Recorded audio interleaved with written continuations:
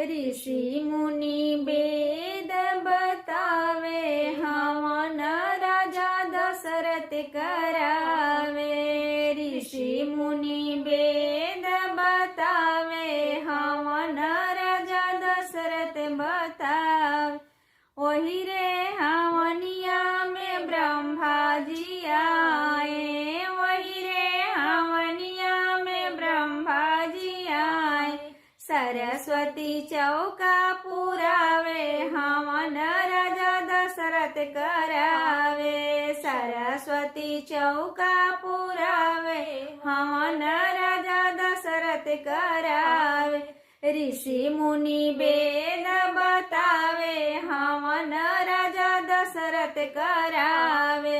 ऋषि मुनि वेद बतावे हवन राजा दशरथ करावे। वही रे हवनिया में शंकर जी आए। वही रे हवनिया में शंकर जी आए। गौरा चौका पुरावे हवन राजा दशरथ करावे। गौरा चौका पुरावे हवन राजा दशरथ करावे।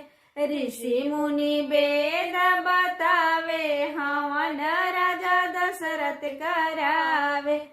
ऋषि मुनि वेद बतावे हवन राजा दशरथ करावे। वही रे हवनिया में विष्णु जी आए। वही रे हवनिया में विष्णु जी आए। लक्ष्मी जी चौका पुरावे हवन राजा दशरथ करावे।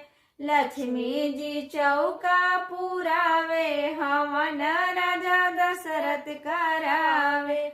ऋषि मुनि वेद बतावे हवन राजा दशरथ करावे।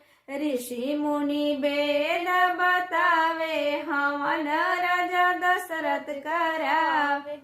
वही रे हवनिया में कृष्ण जी आए। वही रे हवनिया में कृष्ण जी आए।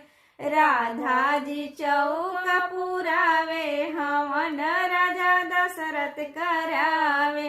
राधा जी चौका पुरावे हवन राजा दशरथ करावे।